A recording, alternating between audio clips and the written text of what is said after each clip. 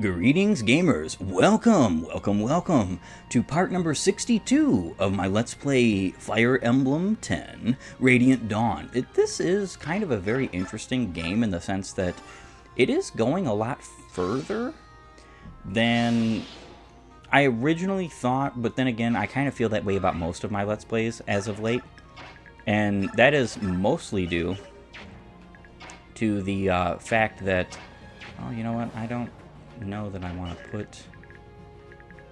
Is there anybody with range? Yes, there is. So if I put them right here, I have to make sure that there is nobody within range who can get to them. I actually think I'm not really going to be able to do that. But... So it's a very interesting thing that I have noticed, is that because of my desire to talk more about the units, these episodes have gotten a lot longer, or gotten a lot more. It's actually very interesting, because when I completed my Path of Radiance Let's Play at the very first one, wow, that was such a good level up. Still doesn't double, though, the Swords Masters. When I completed the Let's Plays or the first Let's Play of Fire Emblem Path of Radiance, what I discovered was that making the episodes as long as they were made it so that the actual Let's Play itself was shorter, but in reality not so. Arc Fire, Meteor, Arc Wind. Alright, I'm going to move Titania up just a little bit, because what I actually would like here is for the mages to go for Tormod. But yeah, so just making a Let's Play longer to have shorter episodes is, I think, a really smart idea in a sense, because what it does is it allows you to have more quick and concise episodes. I still look at some of those episodes that I made back in with my original Path of Radiance Let's Play, and I'm just kind of amazed by how long some of them are, over an hour. And a lot of that was due to a lot of crazy things, like, for instance, animations being on. I could not imagine. The Let's Play for Radiant Dawn would probably be, and I kid you not when I say this, probably be something along the lines of maybe like 180 episodes before it was finished, because of just how long this game would be with animations. I actually love the animations in Radiant Dawn too, so it's not even like I'm sitting back and saying, well, you know, the animations aren't that great, or that I don't like them or don't want them. That is absolutely not the case. Very nice. You missed. I love how many criticals and, like, adepts she procs. I actually think Mist becomes a very awesome, competently viable combat unit when you promote her, if you do right with her.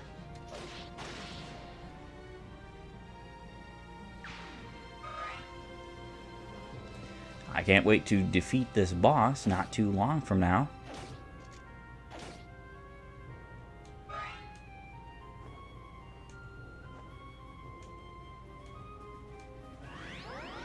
Yeah, I'm not surprised that somebody healed him up. And they just keep arriving. It is continual. I actually think that was the last bit of reinforcements here. I'm going to equip the Javelin. I'm also going to heal up. And just let things continue. So Arc Fire should definitely be good here. Realistically, I did not actually need to give him any arm scrolls for fire immediately, but there's reasons why I did it anyhow, so either way. Short axe, I only have 6 more uses of that. So I know what I am going to do then.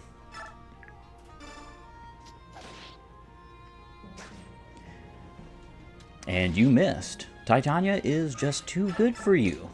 Too powerful, too great. Mist has 33 speed, so she is more than capable of doubling the Swords Masters in this game. I don't think any of the rest of the units move, but I'm going to still be super careful about my placements with Rafiel. I think I'm going to wait till the turn after this to start using him up here. I think, let's see, Shine, 32 damage. I mean, he has 30 resistance now, which is fine, but when he is untransformed, they will actually kill him. So I have to be very careful about that. And of course, I've got this wonderful boss to fight. And gaining the last chest, a little bit of money is earned, which I enjoy. I'm actually going to, once I finish off these guys, I'm going to move Tormod over to help out Titania and Devdan, who is entirely surrounded by a gaggle of units.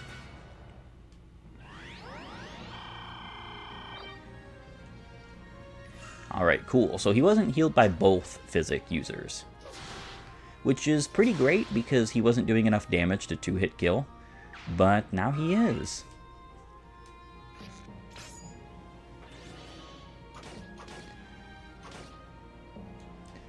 Yeah, this is showing why necessarily javelins aren't the greatest thing in the world, but also neither is Devdan. The guy is kind of incredibly lacking when it comes to physical attack. I'm actually kind of baffled by how low his attack is, and it's a little bit annoying to say the least. Alright, cool. So these guys are coming over here to deal with, or to fight Ike, which is awesome.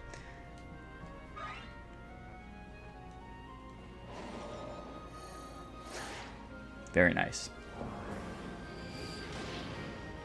And he's two-shotting. Nice. I wonder if he's doing that to all three. That might be pretty doubtful, actually.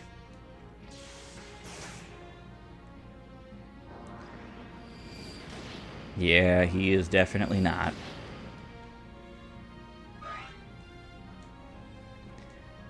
Oh well, he's going to be a turn or so delayed.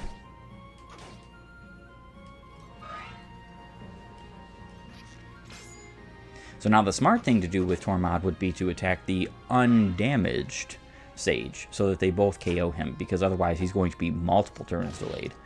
And I do not necessarily want that. Alright, attacking Mist. Not too unexpected. Nice. Very nice. Yeah, she needed all those attacks and procs and everything of that nature to KO.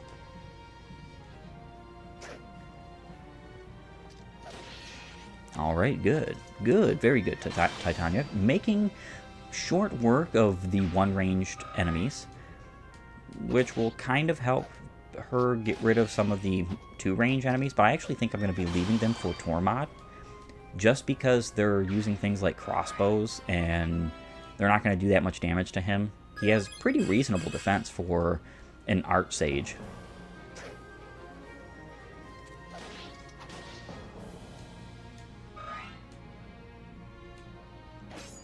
These guys totally surrounded Danved, which is hilarious. Would be nice if you got strength, man. Nice. Very nice. Keep on going with that. You need it. Absolutely. Alright. One more finished. I don't actually remember her speed off the top of my head, which means that I don't know if she would have doubled in that situation. But she is proccing Soul against both of the Sword Masters, so that doesn't particularly matter. That's the interesting thing about this game, throwing tier 2 enemies that are like basically tier 2.5. None of them have high caps, and none of them are capped. Except I think some of the bosses have some caps. In Part 4 particularly. So what that does, and what it allows for is these units are strong, but they're not going to necessarily overwhelm your units by themselves. Alright, so...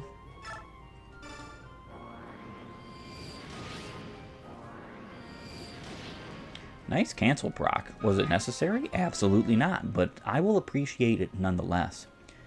Tormod gets a level and 1 speed. I mean, thankfully he's max, but hello? You have plenty more stats to gain, my friend.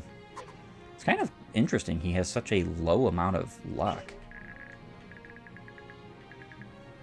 Alright, so now I'm going to be able to use Rafiel here.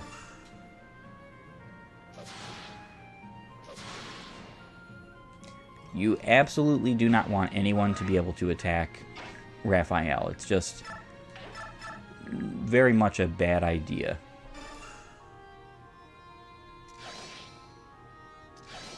Now, of course, you would be doing 4 more damage apiece with the Tempest Blade there. I'm not particularly concerned about that myself.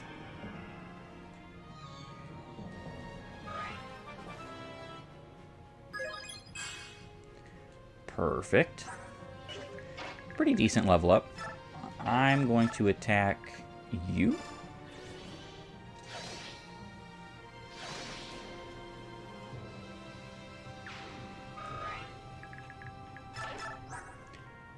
She doesn't even have her max speed, so she's got a 33% chance. I want to say that it's skill percentage proc in this game. Yeah, it is. It's not... I'm pretty sure it's skill percent in both Path of Radiance or Radiant Dawn, or it's like Radiant Dawn has the actual speed percentage, like the old school games do. I'm not entirely sure on that matter. I don't particularly care either way, because in either instance, she has pretty much the same. And one of the things about this game is that you're pretty much guaranteed caps on your units. Most of your units, because the fact of the matter is that they just have such high growth rates and so many levels to gain. 60 levels to gain with a unit like Titania. Of course, she was already pre-promoted, so not really for her. But, you know, for instance, like the Dawn Brigade units, they have 60 levels to gain. Now, because she was pre-promoted, she already had the stats as if she had gained them at that point. So it balances out pretty well. Steel Great Lance. I think I'm going to end up equipping the Iron Great Lance. But I'm also not going to be doing anything more than healing, because Danved is not receiving any healing right now from anyone like Mist, just due to the fact that I need her to help clear out the rabble up north. Oh, you are truly a banquet for the eyes as well as the spirit. I'm quite overcome. Unhand me. But how is it that anyone could risk a precious treasure like you in a battle? What if something marred you? What are you talking about? Don't worry, pretty bird. I'll save you. You need someone who can give you loving protection. Someone like me. I'll take you away from these savages. I would never let them lay a single finger on you, my precious. No, no, the jealous cretins mustn't ruffle a single feather. I'll have to kill them. Come on now, come to daddy. Oh my gosh, Oliver being psychotic as ever. But what's kind of crazy isn't that he's just psychotic as ever, but that he is a recruitable unit. Who would have ever guessed or seen that coming? I would say that my first, 10 or so playthroughs of this game, no joke, I never knew this. And when I found it out, I was just impressed. Most of my original playthroughs, I never used Rafiel or Leanne in any of the Part 4 maps, even though they are a help. And part of the reason why is because what happened to Leanne in this playthrough. I know there's probably a lot of people saying, you know, why didn't you reset for that, gamer man? Because even though I'm not... I don't really mind resetting for chapters if necessary. especially if I'm the one who makes that flub up, like for instance in that situation. That was my issue.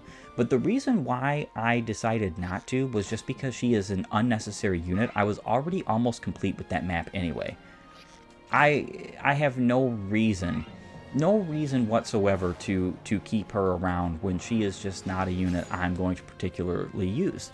So it was kind of like one of those situations where I was dual purpose thinking about it. Plus, one of these days, and I truly do mean this, I would like to, after I'm done with all of the major Let's Plays of these games, not necessarily like I have to get done with them first, but I would like to start either streaming or recording Iron Man playthroughs of some of my favorite games in the Fire Emblem franchise. And you kind of have to be in the mindset to be okay to lose units if you're going to do that. There is no game in the series where you're not going to lose units in any of the Fire Emblem games. It's just not happening. You are pretty well guaranteed. Now, with that being said, it is time to talk about Saint Oliver. Oh my gosh. So he comes with the wonderful Corona skill, which is actually not really wonderful. It's Flare, but worse.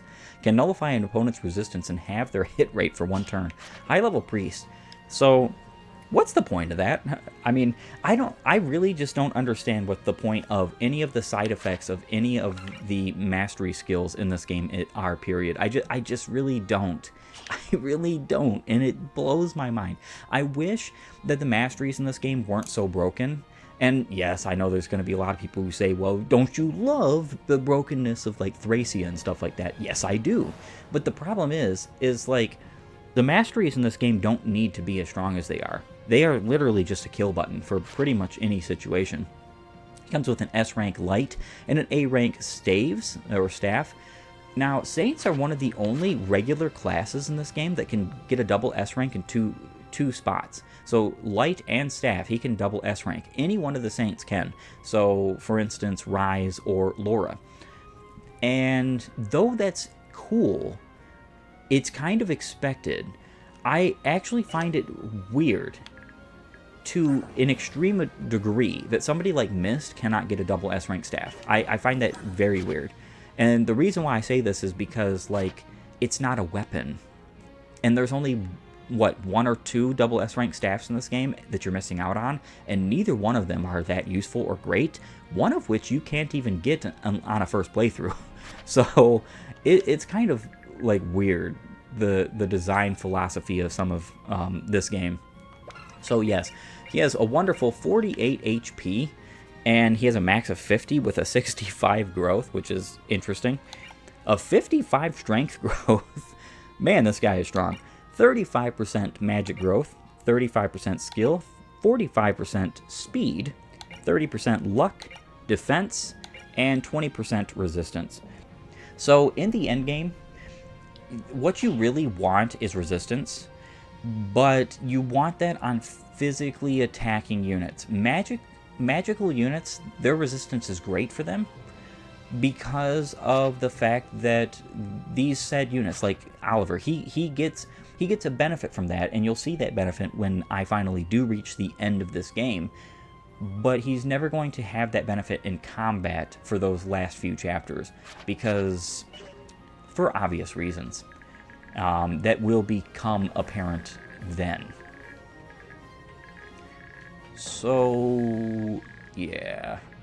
Man, I have so much left to do. I actually think I'm just going to leave Titania here. I need to KO both of these yahoos. And then I'm going to start getting Ike and company down south as much as possible. So one of the reasons, too, why somebody like Oliver here, he doesn't use his silence on your party, is because you're supposed to recruit him. Now, I think he will actually use the silence if you get close enough to him with some magical units, but I think you have to be literally in the strong room with said magical units. Almost a one-shot, not quite. So it's cool. I actually think it's really cool that you are capable of recruiting a boss from this game in your party, which is awesome.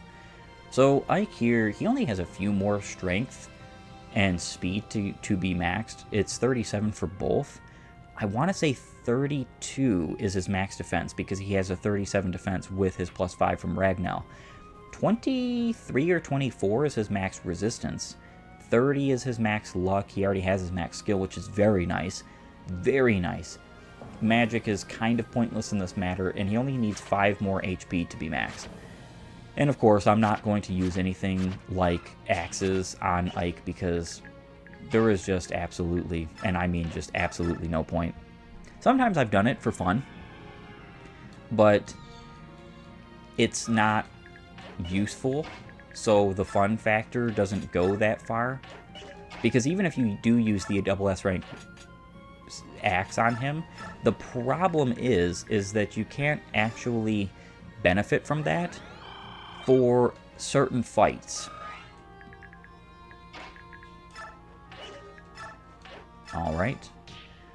Oliver is going to do his due diligence and just shove Rafiel. I think this is mostly fine. What I'm going to end up doing here is taking out you because you need to go. These range units, I would like saving them for Tormod also, but I also want to just finish this chapter pretty much as soon as possible. So what I'm going to end up doing is moving Tormod down here, letting these guys gang up on him, and then he take care of them. And then I'm going to be moving Titania to the left immediately. So this was basically the last turn I'm holding off. Man, that's interesting. Yeah, so your meteor was not likely going to hit someone like Nyla with her massive avoid. 116, and that's her lowest. Alright. Hellfire should be fine for you. I think I want to use the short axe here. Doesn't really actually matter which one I use because none of them are late game ready.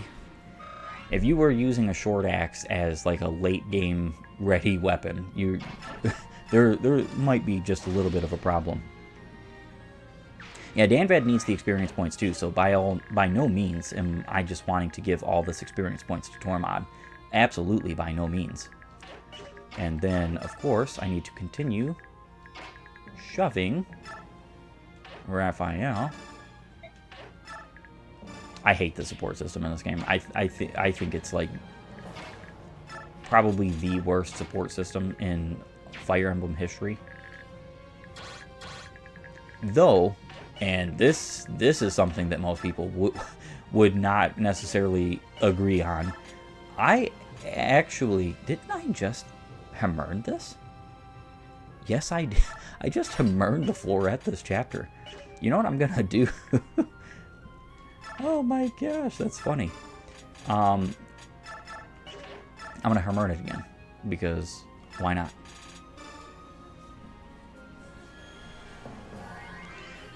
So, even though a lot of people would disagree with this, I actually don't like supports in Fire Emblem. I think they take away from the original, like, design philosophy of this game. And this is mostly coming from an old school fan. Pretty obviously. I'm going to keep that hammer in for something else important. But otherwise, I didn't need it for anything other than those two floorette uses. But yeah, so there is some problems with it. I actually prefer support systems that are like Thracia, for instance. Thracia's support system is my favorite in the game because you don't have to work on it. Every character who already has an established relationship, either friendship or he's a knight of someone, or like you've got marriages or relationships that are going to turn into marriages. I like that those are well established, already known, right? And the reason why I like that, you know, even though there's potentially a whole lot of people who would disagree with me on that point, is because I think it takes a lot of time and effort out of the game, or time and effort out of like playing the game, and puts it into micromanaging something that's not all that important. It's one of the reasons why everybody who says, like, when Genealogy is remade, if it ever is remade, they need to bring like a full-on support system along with the pairing. I can pretty well tell you that it's going to be cringe, and even if it's not, you know, it's not going to add anything to the game. Maybe they could make more of it understandable by the player, but I definitely do not in any way, shape, or form think that that game needs a support system. That Paragon has given him quite a lot of levels.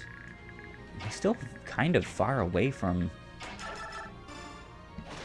his cap in magic. I'm pretty sure his cap in magic is somewhere like 37, between 37 and 40. I'm not entirely sure here. I'm not a big fan. I just could not be a big fan of games or of supports in games so much. Actually, I love Path of Radiance support system.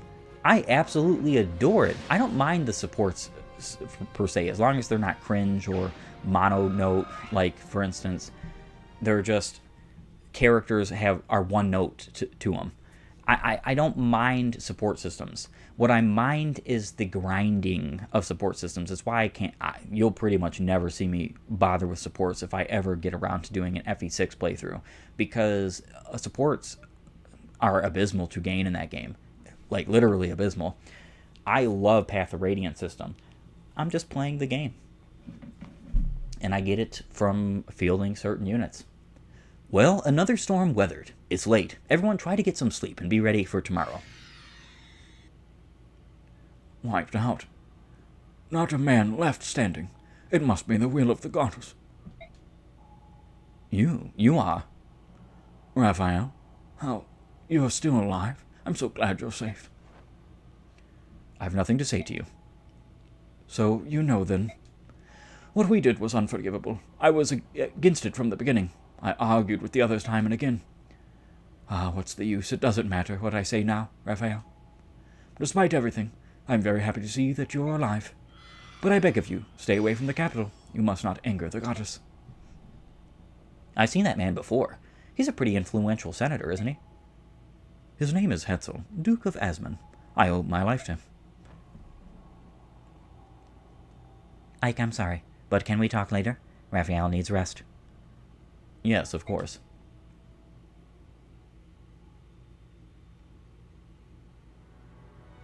So, why are you guys here anyway? You won't believe me, but it came to me in a dream, Ike.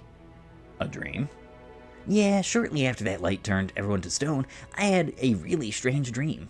I don't remember it very well, but it was like there was a voice in my head whispering encouragement. When I woke up, I knew what I had to do. I knew that everyone who hadn't been petrified was heading to the Tower of Guidance, and from there we'd all be saved.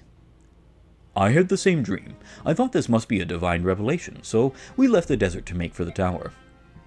Sounds like more of Yune's handiwork. Agreed. This is her way of gathering able bodies. I suppose a goddess of chaos will do things her own way. Yune, isn't that the dark goddess I keep hearing about? Should I even be listening to her?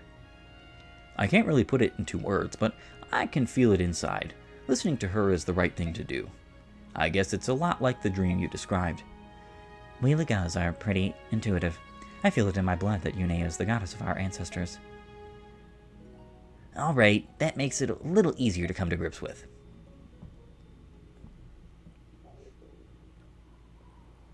Are you feeling any better? Yes, much. Sorry if I worried you. That was quite a shock. No problem. Can we talk about it? I'd like to know what about you and that man. Yes, Hetzel. It was some time ago now, a little while before the Serenus massacre. I was alone outside of the forest. There I was, and found and captured by Bjork's slave traders. The slavers sold me at auction, and the winner was Lord Hetzel. I didn't know until later, but the bidding for me among the senators was extremely competitive. Lord Hetzel actually spent much of his fortune on my purchase. After he took me home, I fell deathly ill, mostly just from desperation. Lord Hetzel was deeply moved by my plight. He brought me to a temple and spent many days nursing me back to health. I have no doubt that he saved my life, but my wings never fully recovered. I haven't been able to fly since. Lord Hetzel felt terrible. Do you know what he told me? He said, once you fully recover, you can return to the forest. Members of the Huron clan, we look inside people's hearts. I knew the truth of what Lord Hetzel said. He was being absolutely honest. I knew I could trust him from that moment on. Then, the Serenus massacre. I didn't need to be told. I would have felt the suffering of that many of my brethren from anywhere in the world. Lord Hetzel never said anything, but I knew that the senators had murdered the apostle and blamed my clan. Because of the monstrous ambition of a handful of evil men, my entire race was burned to ash. Rafiel. Late that night, I returned to the temple. Something happened to me there. Some sort of force took hold of me. The next thing I knew, I was lying in the sand. If Queen Nyla hadn't come, I would have died right there. I didn't even realize how far I was from my dear home. So Duke Hetzel is both your savior and your enemy. Hetzel was not directly involved, nor did he give orders to those who were. Something about him still troubles me, though. Whenever I think of him, I feel chaos boiling up from his heart. I sense it in myself as well. I have the same feelings welling up in me. I suppose that's why I can accept it in him. Your people, the remaining Huron clan, they've also changed. King Tidbarn has said many times that Rayson and Leanne are far from typical Hurons. Yes, I was surprised when we met again. They're both so strong, and vitality seems to shine forth from within them. It makes you wonder if chaos is really all bad, doesn't it? I'm starting to think that what the world needs is a balance between order and chaos. What do you think? Well, I think that to an extent this is actually reasonably true because, perfect order comes with basic slavery. The only way to have perfect order in a society is if you basically enslave all of society and make it so that folks can't do anything. One of the reasons why I am very patriotic American is because this country was founded by Christian men for the Lord Jesus Christ, and it was founded with godly principles from the Word of God and freedoms above measure. We have freedoms, and those freedoms are above what a corporation, a business, or a city or county or state or the entire federal government has to say in that matter. Now, these freedoms aren't freedoms to do evil. That's why, for instance, all the riots and evil that goes on anymore, that's not protected by the First Amendment. The First Amendment says we have a right to peaceably assemble, not a right to assemble and cause chaos and mischief. I think there needs to be a level of chaos in order to have freedom. But there also needs to be order. This is why there were laws at the founding of America, regardless of freedom, that put to death the people who commit heinous crimes like murder. So, yes, to an extent, I kind of agree. Order and chaos are both necessary to a level. I wouldn't say balance between the two. And there definitely needs to be freedom. You cannot have freedom with perfect order. And unfortunately, and I feel very sorry for folks that do not live in America concerning this, but a lot of folks across this world are subject to their government. And they'll say, well, we're citizens too to our government. Do you have a right to bear arms even against your government if your government turns against you? No? What was that? No? Well, I'm going to tell you something. You're a subject, not a citizen. And I'm not even saying that to be disgraceful, disrespectful, or to be offensive. I'm saying that because your governments control you a whole lot more than mine can control me. With that bit of philosophy beside, I want to thank you for joining me as I wrap up this episode. If you like my content, please upvote and follow, or like and subscribe depending on your platform. And while you're at it, have a great and glorious day gaming.